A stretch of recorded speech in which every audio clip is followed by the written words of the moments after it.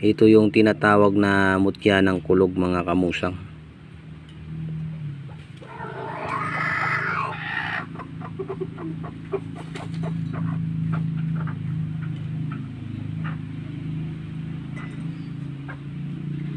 Ayan po mga kamusang.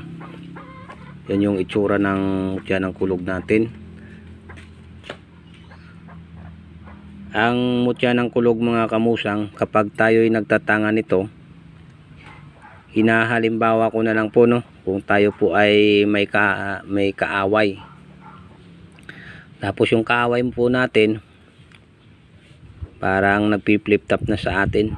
Yung parang di na mapigilan yung bunganga. At parang mananakit na sa atin. Maganda po itong itangan kasi kapag tayo po ay sumigaw na sa ating kalaban or kaaway, malulusaw po yung katapangan ng isang tao or kaaway natin. Ganyan po yung bertod ng mutya ng kulog po natin mga kamusang. Maganda rin po ito mga kamusang ipatangan sa may sakit sa sa tulad sa mga nervyosa or ulyanin, yung parang makadinig lang ng putok or kalabog, nagsisigaw or nagsasalita sa wala sa kaisipan. Maganda po itong itangan. Pinapakalma yung kaisipan ng isang taong may sakit na nervyos or ulyanin. Yan yung bertod ng kulog po natin mga kamusang.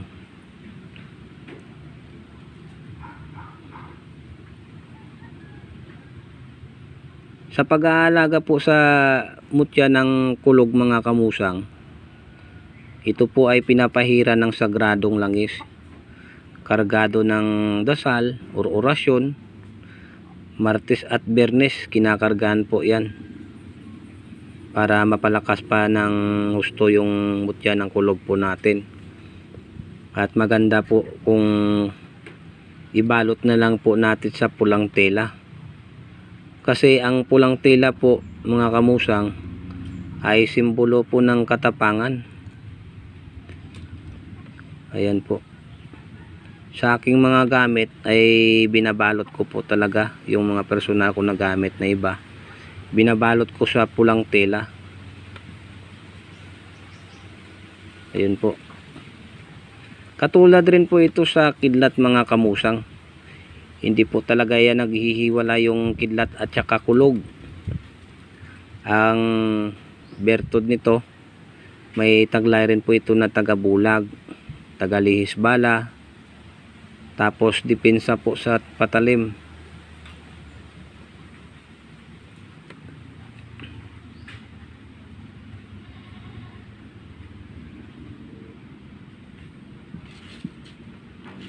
Sa mga po natin dyan, sa mga solid supporters natin na nag-aabang sa mga bagong mga nahunting po natin, no, ay pasensya na po, medyo nahihirapan po tayo dito sa lugar namin kasi uulan, iinit, uulan, iinit, kaya hindi po tayo makapaghunting ng maayos.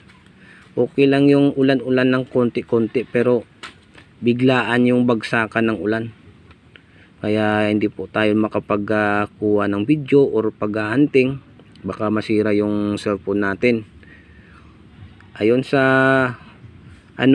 sa gustong kumuha ng mga gamit na hunting po natin, no, pinalitan ko na po yung profile picture ko para madali lang po mahanap, no, yung pag nyo sa akin, pagtatanong sa mga gamit sa messenger na lang po kayo mag-message mga kamusang.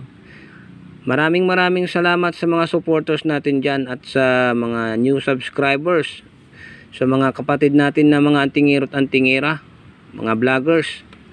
Maraming salamat sa mga suporta ninyo mga bro, mga sis.